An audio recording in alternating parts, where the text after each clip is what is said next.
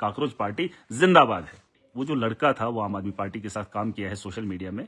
महराज चीखता नहीं, चिल्लाता नहीं और ये हालात नहीं बनते और इन लोगों को मौका नहीं मिलता मुझे जेल की सलाखों के पीछे डालने का। अगर डिमोलिशन ड्राइव जंगलात के अंदर बीजेपी ने किया, एजुकेशन का हुलिया नहीं आप बदल पा रहे, फिर आपके पास भाई साहब है क्या? मुझे भी तो पता चले, मैं उसी से काम कराने की बात करूं। ये बीजेपी को एक जवाब है, देश के अंदर युवा चाहता क्या है, यूथ क्या चाहता है। ढाला तो उन्होंने, लेकिन ढलवाया इन लोगों ने, क्योंकि इनकी नाहली की वजह से मैं जेल के अंदर गया। 18 साल से आवाम की रहनुमाई कर रहा हूं, आवाम के मुद्दे उठा रहा हूं। ये बात अलग है कि काकरोच पार्टी का हिस्सा नहीं बन पाया। बड़े दिनों के बाद मौका मिला, जेल से छूटने के बाद लोगों से रूबरू होने का मौका तो मिला। एक जलसा किया था डोडा के अंदर और उसके बाद कॉन्स्टिट्यूंसी के अलग अलग ब्लॉक में गया, लोगों के मुद्दे थे। वहां कोई सियासी जलसा नहीं रहा। बहुत सारे लोगों का कहना था कि महराज कुछ बोला नहीं, बहुत सारे मुद्दे हैं, मुद्दों की कमी नहीं है, लेकिन जहां जहां भी इलाके के अंदर गया अवाम के मसाइल थे, उसी पे बात करना जरूरी समझा। क्योंकि सियासी जलसा होता तो सरकार और नेताओं के बारे में बात होती। जब भी स्कूल में गया तो वहां सियासत नहीं करता, कभी पब्लिक दरबार लगाया तो राजनीति नहीं करना चाहता था। बहुत सारे मामला थे, बिजी शेड्यूल था, लोग मिलने आए, लाइव होने का भी मौका नहीं मिला। वैसे तो नेटवर्क की काफ़ी प्रॉब्लम रहती है आजकल मेरे इलाके में, तो आज दूसरी जगह से लाइव करने आया हूँ। बहरहाल आवाम के बहुत सारे मसाइल हैं। पहली बात तो मैं बता दूं कि बिजली का बहरान है उमर साहब को, क्योंकि सरकार में उमर साहब सीएम हैं और उनके पास बिजली का डिपार्टमेंट है।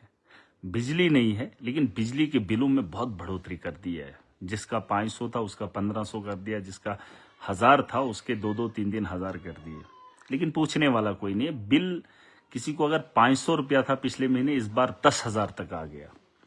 एक ऐसा खेल खेला जा रहा है, मेंटली हैरास किया जा रहा है पब्लिक को। और ये सिर्फ मुझे नहीं लगता है कि मेरी कॉन्स्टिट्यूंसी के अंदर है, अलग अलग कॉन्स्टिट्यूंसीज के अंदर है। खजाने को इकट्ठा किया जा रहा है। अब किसके लिए मुझे वो समझ नहीं आ रही है। लोगों से वादे किए थे, वादों पे खड़ा नहीं उतर पा रहा है उमर साहब। रही बात भाजपा की, भाजपा इस वक्त अपोजिशन में है, सेंटर में उनकी सरकार है, काकरोच पार्टी जिंदाबाद है। लोग अलग अलग बातें कर रहे हैं काकरोच पार्टी के बारे में, बहुत सारे लोग उसके साथ जुड़ रहे हैं। ये रेजेंटमेंट है। मुझे भी कहा जा रहा था कि आप भी उनके साथ जुड़ जाइए। देखिए, वो जो लड़का था वो आम आदमी पार्टी के साथ काम किया है सोशल मीडिया में, और किसी एक आदमी ने, चीफ जस्टिस ऑफ इंडिया ने ये बात कह दी, काकरोच आम आदमी को काकरोचेस समझा, तो उसने थोड़ा सा एक कोशिश की। ये बीजेपी को एक जवाब है, देश के अंदर युवा चाहता क्या है, यूथ क्या चाहता है। पॉलिटिकल पार्टी से तंग आया है, भाजपा की सियासत से, राजनीति से तंग आकर एक काकरोच पार्टी, जिसे इन्होंने मजाक बताया था, मजाक में एक नाम दिया, और उसकी पार्टी बनने के बाद सोशल मीडिया पे उनके अकाउंट जो है बंद कर दिए, कुछ उन पे हैक करने की कोशिश की जा रही है। मैं उस पार्टी के खिलाफ नहीं हूं, रेजेंटमेंट है, लेकिन सोशल मीडिया पे नहीं, जमीनी सतह पर मुझे वो चाहिए। क्योंकि राजनीति अगर करनी है, सोशल मीडिया से हटकर जमीनी सतह पे आवाम के मसाइल को उठाना पड़ेगा और यूथ को सियासत के मैदान में खुद आकर खड़ा होना पड़ेगा। मैं उस पढ़े लिखे तबके के साथ हूं जो पढ़ा लिखा नौकरी के पीछे भाग रहा है, उसके साथ नहीं। जो नौकरी दिलाने का काम करेगा, जो उस मुकाम पे पहुंचेगा, पढ़ा लिखा, वही पढ़े लिखे की समझ रखता है। काकरोच जनता पार्टी जिंदाबाद है, रहे, लेकिन रेजेंटमेंट जो हमने दिखाया है भाजपा के खिलाफ, बीजेपी को इस बात को समझना चाहिए, सेंटर की सरकार को, कि देश का युवा क्या चाहता है, वो बदलाव चाहता है। आप हैक तो कर सकते हैं सोशल मीडिया के अकाउंट पे, लेकिन नौजवानों की जो आपके प्रति जो इख्तलाफ आपके साथ है, या जो आपके एजेंडा, जो पॉलिसी आप देश के अंदर लेकर आए हो, उसके मुखालिफ नौजवान खड़ा है। आप धर्म को छोड़कर इस मुल्क की बेहतरी के बारे में और नौजवानों के साथ खड़े हो जाइए, वरना बड़े पैमाने पर आपको एक बहुत बड़ा जवाब देखना पड़ेगा। उसके लिए नौजवानों को पॉलिटिक्स का हिस्सा बनना पड़ेगा।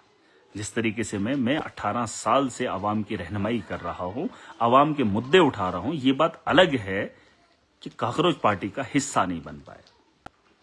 मेरे अंदर भी वो चीज थी, क्योंकि मैं 18 साल से अगर लगातार इन लोगों के खिलाफ जंग का ऐलान किया था, उसके पीछे वजह यही थी, मैं जमीन पे खुद खड़ा हो गया, खुद लड़ाई लड़ने के लिए तैयार हो गया।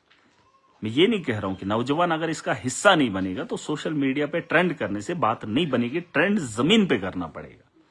और रही बात, ये तो सेंटर की पॉलिसी है, सेंटर के देश के अंदर जो नौजवान हैं और बीजेपी के प्रति जो लोगों का गुस्सा है, नौजवानों का गुस्सा है, वो आज आया हो गया कि 12 साल सत्ता में और इतने सालों से उनकी पार्टी और सोशल मीडिया पे उनका क्या हाल है और 5 दिन के अंदर नौजवानों ने अपनी ताकत कैसे दिखाई।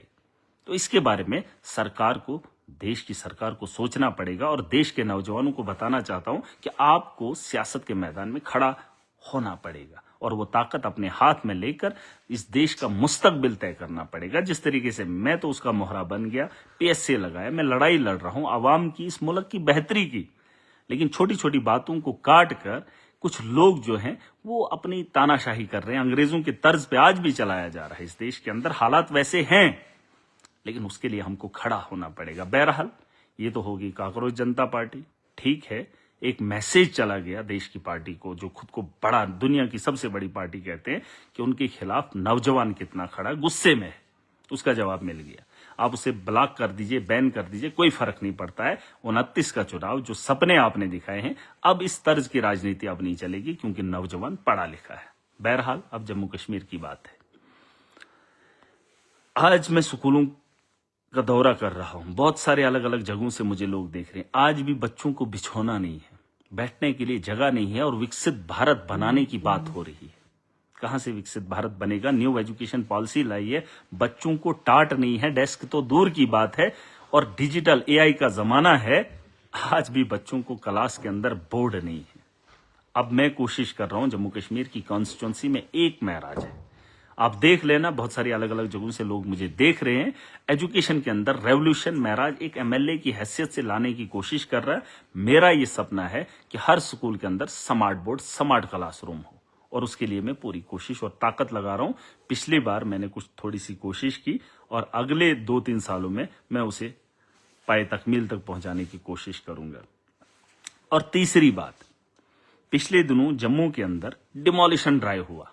बहुत सारे लोगों ने कहा महराज ने सवाल नहीं उठाया, पता नहीं बीजेपी से डर गया है, आप पता क्या। मैंने आपको पहले ही कहा, मैं आवाम के मसाइल हल करने की कोशिश कर रहा था। वो पब्लिक दरबार थे, पॉलिटिकल जलसे नहीं किए, जहां पर मैं अपनी बात रखता, सियासी बात रखता। क्योंकि मैं पढ़ा लिखा हूं, जाहिल तो हूं नहीं कि किस मुकाम पर कौन सी बात की जाए। उसके लिए आज जरूरी था, क्योंकि नेटवर्क नहीं है, तो वाईफाई के जरिए मैं आपसे रूबरू होने जा रहा हूं। अब सुनिए जो हालात जम्मू कश्मीर के अंदर है। बहुत सारे लोगों ने कहा, जब मैं जेल से बाहर आया, मैंने कहा सकीना इत्तू की वजह से मैं जेल गया, ये मेरे अल्फाज थे। फिर मैंने कहा कि अमित शाह ने मुझे जेल में डाला, ठीक है। उसकी वजह यही है कि अगर हेल्थ का निजाम बेहतर होता, सकीना इत्तू ने किया होता, NC की सरकार ने किया होता, स्कूलों का हुलिया बदलने की ख्वाहिश उनने दिखाई होती, महराज चीखता नहीं, चिल्लाता नहीं, और ये हालात नहीं बनते, और इन लोगों को मौका नहीं मिलता मुझे जेल की सलाखों के पीछे डालने का। डाला तो उन्होंने, लेकिन ढलवाया इन लोगों ने, क्योंकि इनकी नाअहली की वजह से मैं जेल के अंदर गया।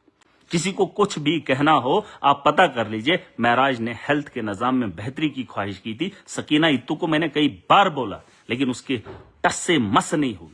बहरहाल उसका हिसाब तो मैं ले लूंगा वक्त आने पे, लेकिन लोगों को इस बात को समझना होगा। दूसरी बात कि क्या मैं बताऊं कि जम्मू कश्मीर के अंदर एक कम्युनिटी को टारगेट किया जाता है। मैं ये हिंदू, मुसलमान या गुज्जर, बकरवाल, फलाना ढिनका, मैं तो वो चीजें मानता ही नहीं हूं। मैं सिर्फ इंसानियत को मानता हूं और एक इंसान को मानता हूं। ये मैं बार बार कह चुका हूं।